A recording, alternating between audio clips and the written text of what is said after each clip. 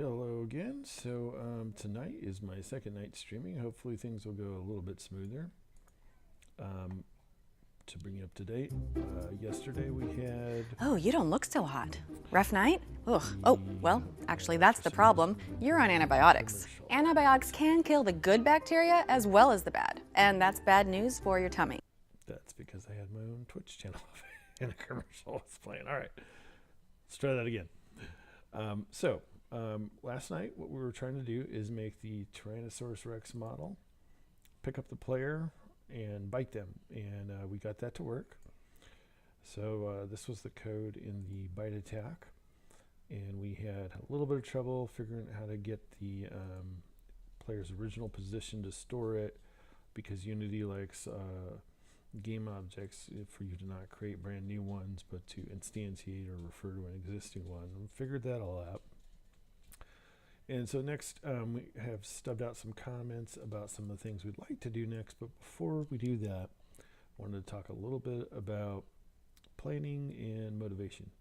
So I have a little bit of a plan here in my comments, but overall what I'm working toward is a bigger plan, which I keep in a pretty simple to-do list. Now, it doesn't really matter how you keep track of what it is that you're doing, but I think it is important that you do track what you're doing.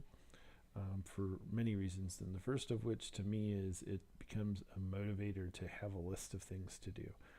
You can come home after work or after school and sit down and say, well, I totally should be working on my game, but if you don't know or have what I call a concrete list of things that you should be doing, then you're going to sit there and you'll get what you call analysis paralysis. You start thinking of all the possible things you could be doing, and you won't do any of them. You'll be paralyzed in thought processes. So one thing you can do when that occurs is just make a list of all those things that are churning around in your head.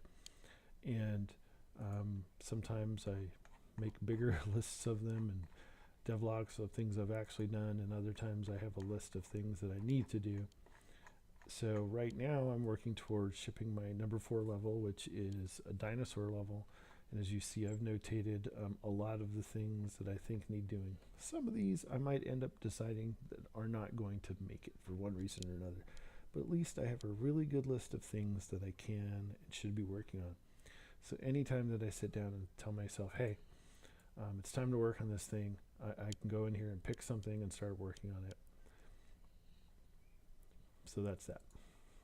What we're working on now is getting the dinosaur to, we had him picking up the player, and the camera angle got like really crazy because the player's now inside the dinosaur's mouth as his model's moving around anchored to his jaw. I kind of liked that, but I want to see, kind of how it pans out when he puts you back down. It was a little bit crazy too.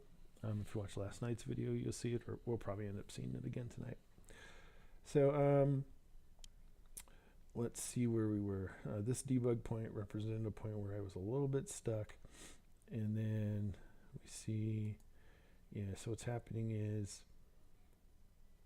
I stored the original position, and then I put the player's parent into the mouth attach point for the dinosaur. So what we need to do then is grab the time frame of how long the animation takes, and when the animation is done, we need to go ahead and put the player, remove that as their parent and put them back where they go. So let's see, and also need to disable the player's ability to move, but right now I'm not going to do that part yet. So put the player back where they were. And all right, let's break this down more.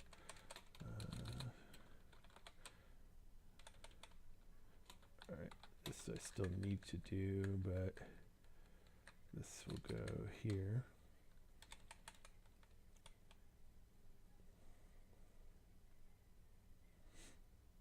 We haven't taken away control, so we won't quite do that yet. But we need to first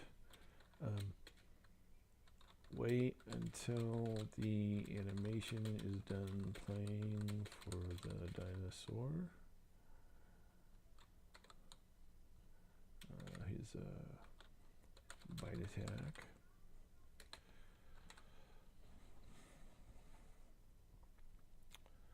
So in this case, see here, the animator is the animator component, and this is the animation, I believe. So let's do float animation length equals animator dot get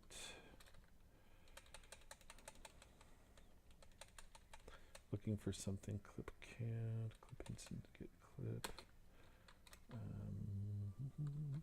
tech 3, and then I hope length. There you go, sweet.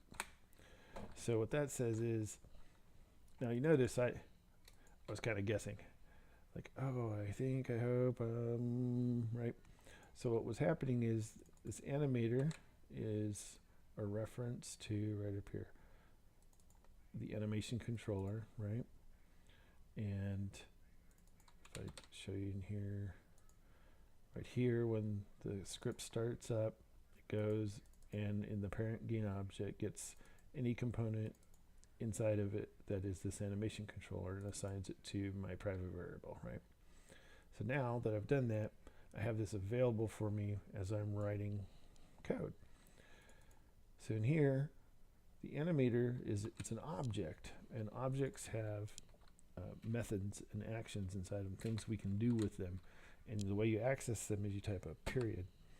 And when you're using a good IDE, it gives you everything that it knows of that's possible, this gigantic list, or it might be a tiny list depending on what the object is and what you can do with it, of all the stuff. Now, very common is to get something. So that's where I thought it would be possible to get the length, and I kind of guessed my way through it, and done this a few times, so I got lucky. But if you're not sure, then what you do is go use Unity, use documentation, and use a Google search, right? But you can find a lot of useful things by using the dot method once you have access to an object. So here, ideally, what we don't want to do most of the time, but we might just do it for the moment, is see, that's not going to work. So here's what the issue is. If we put in a hard-coded like a pause, wait, let's say this animation length right here ends up being 1 second. So we put in a command that says, pause for 1 second. Sorry, it's typing methods for me automatically.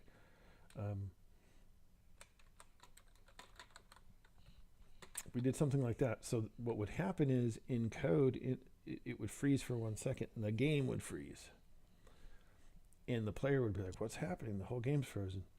And then as soon as the game was done freezing, then they'd find themselves back on the ground. So what you have to do is you have to allow the game state to continue while also disabling input or waiting for a second, right?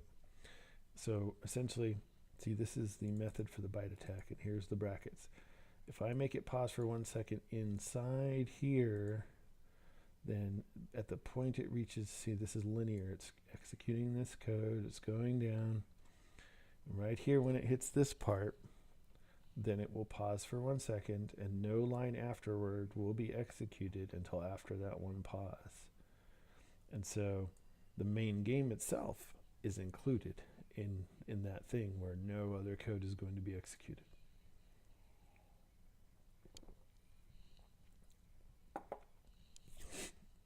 So let's think about this. That means that this pause, this action, and this action need to be done separately.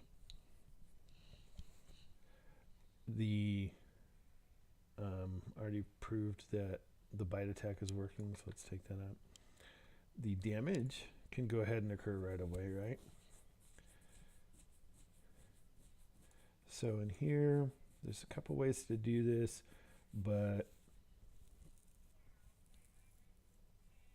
guess what I'm going to do is a coroutine for now.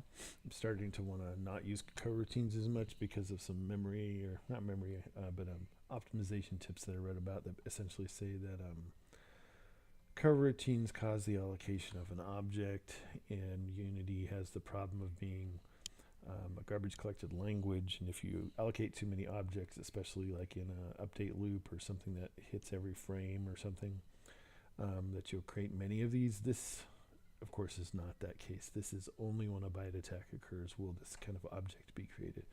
So I feel like it's an okay use case.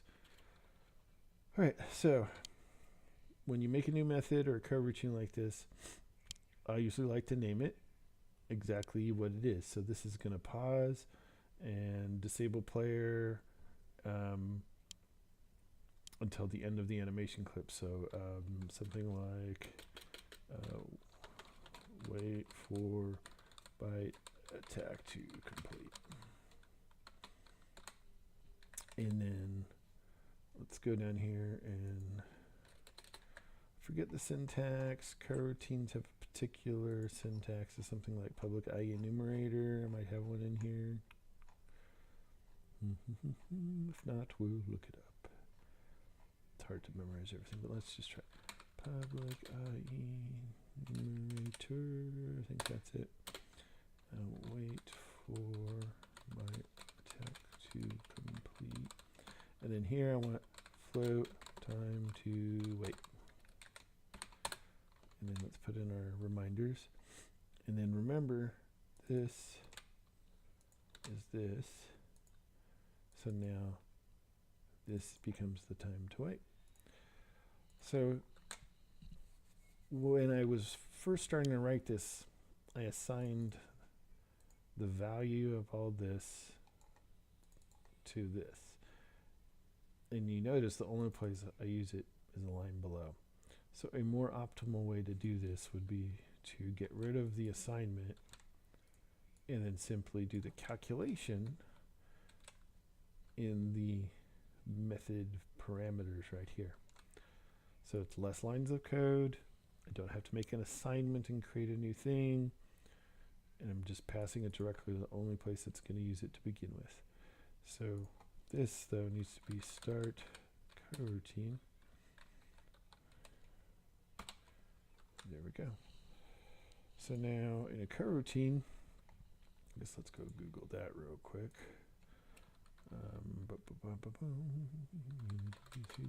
Coroutine.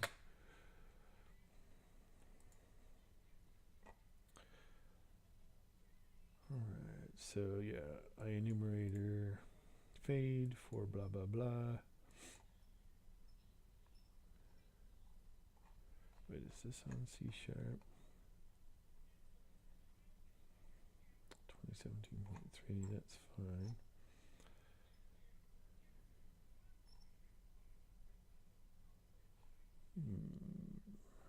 I was expecting, yeah, here we go. This stuff.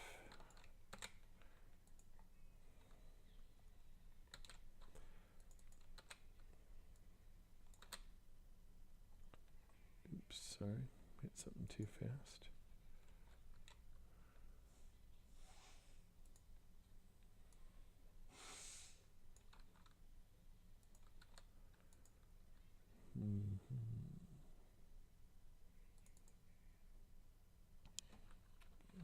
If it's public or private, but why is it saying a yield can't be done inside of there? So I'm doing something a little bit wrong.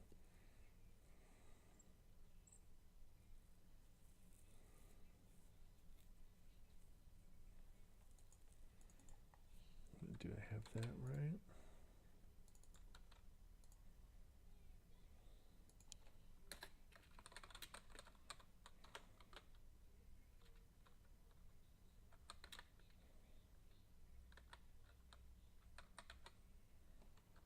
So that's how you exit the coroutine, is yield return null. Maybe this is return wait for seconds. Yep, I apologize. This documentation appears to see that should be right. Maybe this is yield return new. There we go. See, definitely did not have it memorized, and that's why it's good to have documentation. All right. Sorry for the confusion. So, what this will do is I've calculated the length of how long the attack is. I'm passing that for how long it should wait. And then when it's done, I'm going to give control back. So this coroutine, start coroutine, what this does is it kind of goes off and it allows the main game loop to continue while it waits in the background without pausing everything. So this should work for us. So player, we need to remove him from being parented to the mouth. We need to put him back. So I forget, again, Googling how to unparent an object.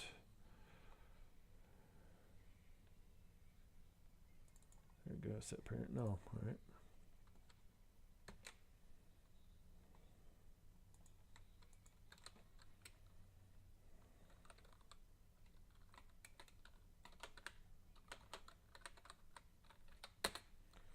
And then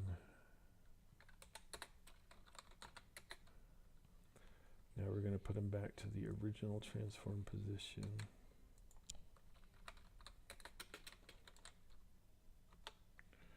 But because this is a specific object, we don't want it to go, it'll always be referring to this one. So we're going to make a new vector 3 and tell it that we want it the transform position coordinates instead of the actual object itself.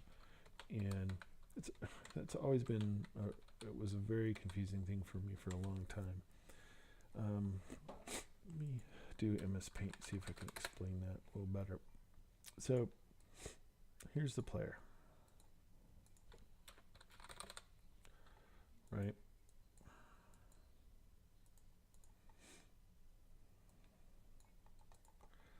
And then here's a different game object. It's a placeholder game object. And like we talked about over here, this is a player original transform object. It's just a little object to store information. So I'll call it a store object. It's just temporarily storing some information, right? So each one of these has its own X, Y, and Z coordinates.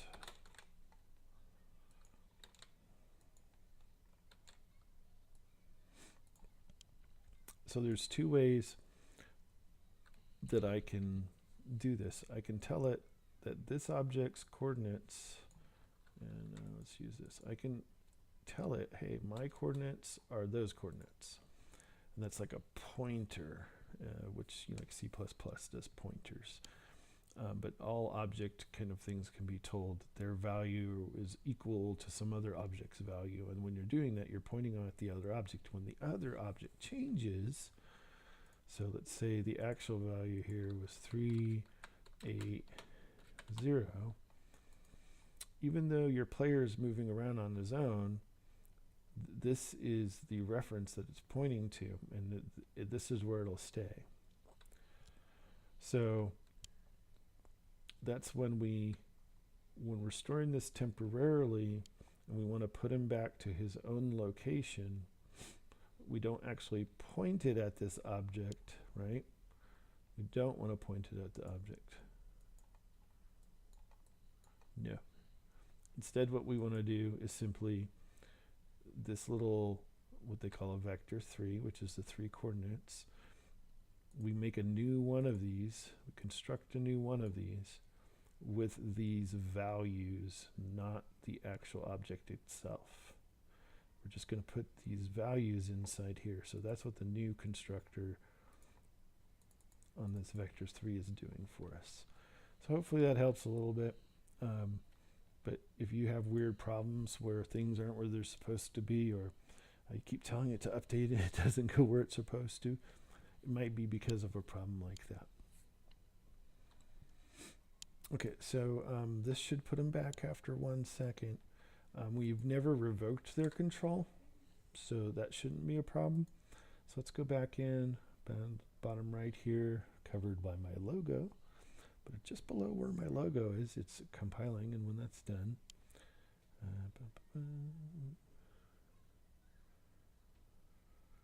there it goes. Okay, let's give it a whirl, see what happens.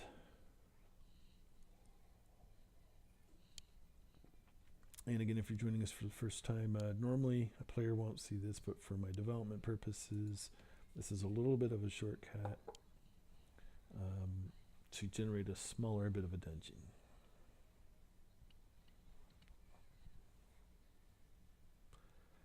Takes just a moment. Oh, we got, hey guys.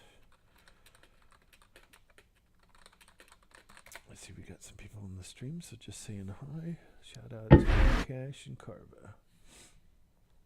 Alright, so here we are. Here's the game. We got our little turtle character. We can change the camera angle if we want to. And we have to go find us the T-Rex. He's hiding out somewhere here in the dungeon. And I apologize, I probably need to adjust the game volume settings because I think they're going to come out rather loud to you. Yep, there's the T-Rex. Alright. So, when I turn to face him, we should get the camera going crazy. My guy will very quickly go in his mouth, and if we're lucky, he'll go right back down where he's at right now when we're done. Let's see what happens. Alright, he didn't attack yet, so... Alright, here we go. We have an error, ladies and gentlemen. So in Unity, we have the console and unassigned reference exception. So the good part about this is if you double click on it, it should take us to the line where this is a problem. Okay, so this I dealt with last night. I may not have saved or applied to the transform when I made it last night, so let's try to go fix that. Ooh, I might be able to do that live. Let's see if I can do that live. Here's the Tyrannosaurus Rex. Ooh, there he is, nice and up close.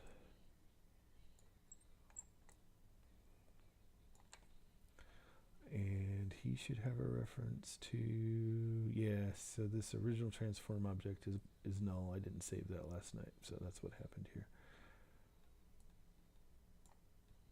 And it might not work fixing it live. Let's see here.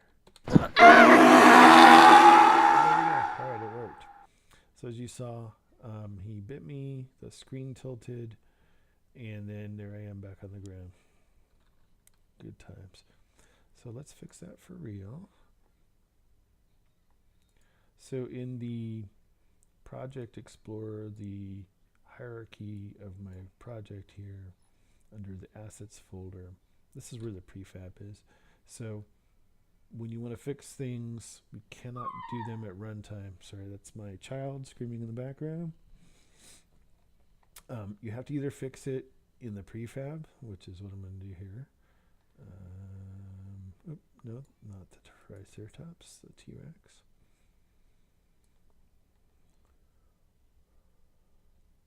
There it is. And then I don't need to apply it, but if I wanted to, sometimes certain things that you're going to do, you want to visually see what's going on. So if I had wanted to, I could make a change out here, and when I'm done, I hit apply, and that means that whatever transformation changes or the things that I've done will go ahead and apply to the actual prefab in the folder. And once you apply it, you can delete it, and everything's good. So let's do another test and make sure that that actually stays.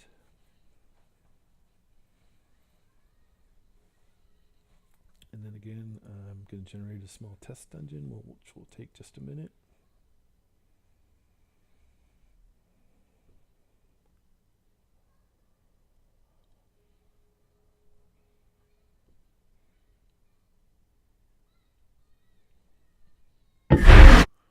Okay, and he's very close.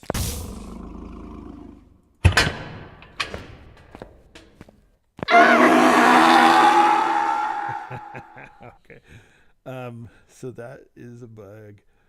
He picked me up at a diagonal angle, so that should not have happened. So I'm going to jot down that I have a bug here. To-do list. Bug. T-Rex can do bite attack from a diagonal. So that shouldn't occur in my game. Currently, there's no diagonal attacks. It's all traditional roguelike. It's X and Y axis only. But okay, so that proves that fixing the prefab worked. So next, technically what I need to do is devise a system where we need to disable the player's ability to move or react until the monster animation is done, and give them back control afterwards. And it happens so quick you could kind of argue, oh, I don't really need to do that, right? But I would argue, yes, you do, because that becomes a source of bugs and exploitive gameplay, things like that. So this will be a little complex. I haven't thought it out all the way. I do have this class, a damage class, and additionally I have what's called a debuff class. So what I might achieve this through is a debuff that actually stuns them for 1 round, which would probably be the simplest approach that doesn't make it so that I have to modify a whole bunch of other, like, really custom things inside for this one attack. And that's an important design point, is to think about every single thing you do. If it's a one-off, your game's going to get really difficult to maintain. But if you can find patternistic ways to affect, like here, damage. Again, I talked about this last night, but because it's a roguelike, I want to get specific about what the damage is. And because my game is kind of silly, there's chocolate damage, there's earth, fire, physical, etc. So in the same sense, when I want to put an effect like a root or a web on somebody, I have my debuff class. So let's go find a debuff. I believe my giant spider applies one. Yep, here we go. So here is the construction of a debuff. So I'm going to copy it over to my Tyrannosaurus Rex. And so debuffs have a damage type, and in this game the player has affinities for, I can have really strong earth power because I'm an earth mage, and if that debuff is an earth debuff, they might resist it. So in this case, because it's a bite, it's going to be physical. And then they're already receiving a good amount of damage from the actual bite attack, so I'm not going to inflict any additional damage for this. And I need to name this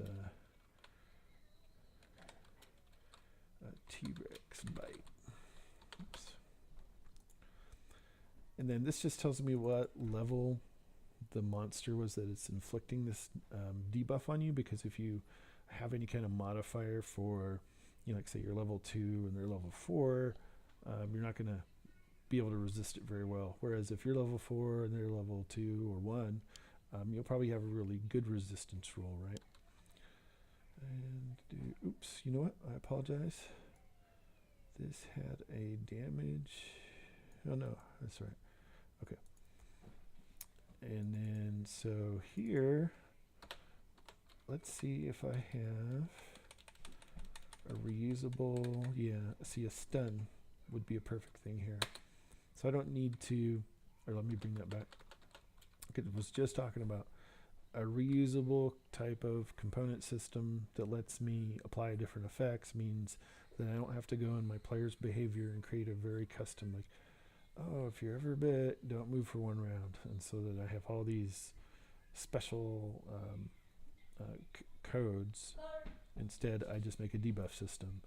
And the beauty of that is I can apply a debuff to the player or to a monster. So most, if not all, these could equally apply to any player or non-player character in the game.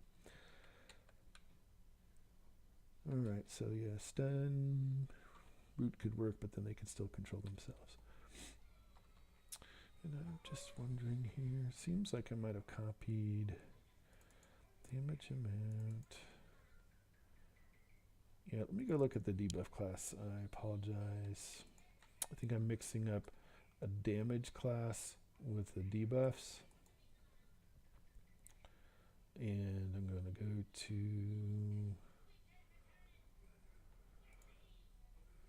No.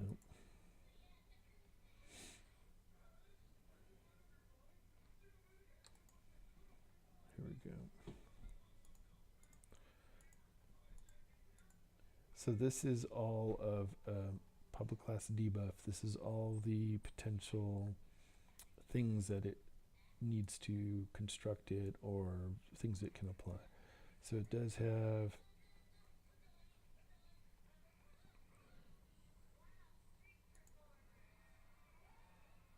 a public damage component, and that's what was confusing me. Because right here, as I said, I've already applied damage, but a debuff could have damage. So imagine in the case here, like this was spider venom, it might apply spider venom over 5 turns. So in this case, the damage is going to be 0, the duration is going to be 1, the debuff name is going to be, I'd be silly for a minute. Good. T-Rex almost just ate you for lunch. And then, actually it's more appropriate for what they're in.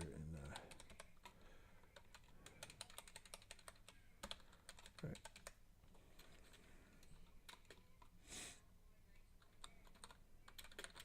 There you go, T-Rex but you. All right. So now, because this is turn-based, the player's turn could be, you know, any indeterminate amount of time until they put their next input. But I do know that the animation time here is so quick that I don't need to force this to be any longer. They won't get to input until the monster's turn is done, no matter what. So that kind of just solves that problem of timing there, right? So I think this should all work, and I will go test this out one more time here.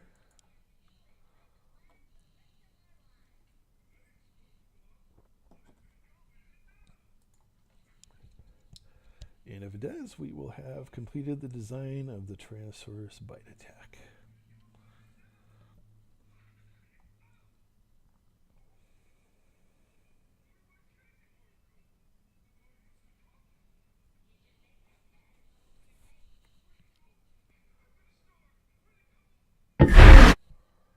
Ooh, he's right on the other side. Oh, no, he's from the other side. There.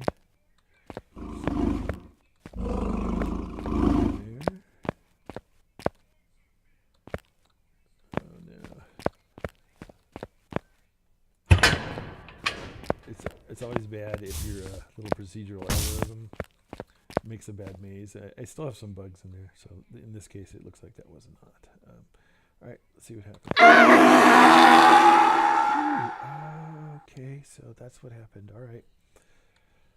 Okay, so I still have a bug, but overall the behavior worked. So you may not quite have noticed. I was here, and I did press forward, and the T-Rex's turn, as soon as I hit forward, it's technically his turn. And the point of my animation moving forward or not is kind of neither here nor there. It doesn't care if I'm there or not, as far as you know, the translation of the physical object between two spaces. So he did his attack so quickly that when it got the reference to where I was at the beginning of the lerping between the 2 points. So when he put me back, he put me to my old position. And I bet you now, if I push south downwards, yeah, see, my model is no longer where the game thinks it should be. So that is a bug, but that is a very solvable bug. Let's see. So all I need to do, instead of putting him back to this position here, what I need to do is use the formulation that I use to place the player. For instance, when they teleport or when I generate the dungeon, I go and decide, like, oh, if you happen to be at the grid position of, 3, 0, that's 3 times 8 on the x-axis and 0 times 8 on the y-axis, and so you're at that position. So I will solve that bug offline, but overall, I think we did some good stuff tonight, and that's my time limit here. So thank you for joining us, and we'll see you next time.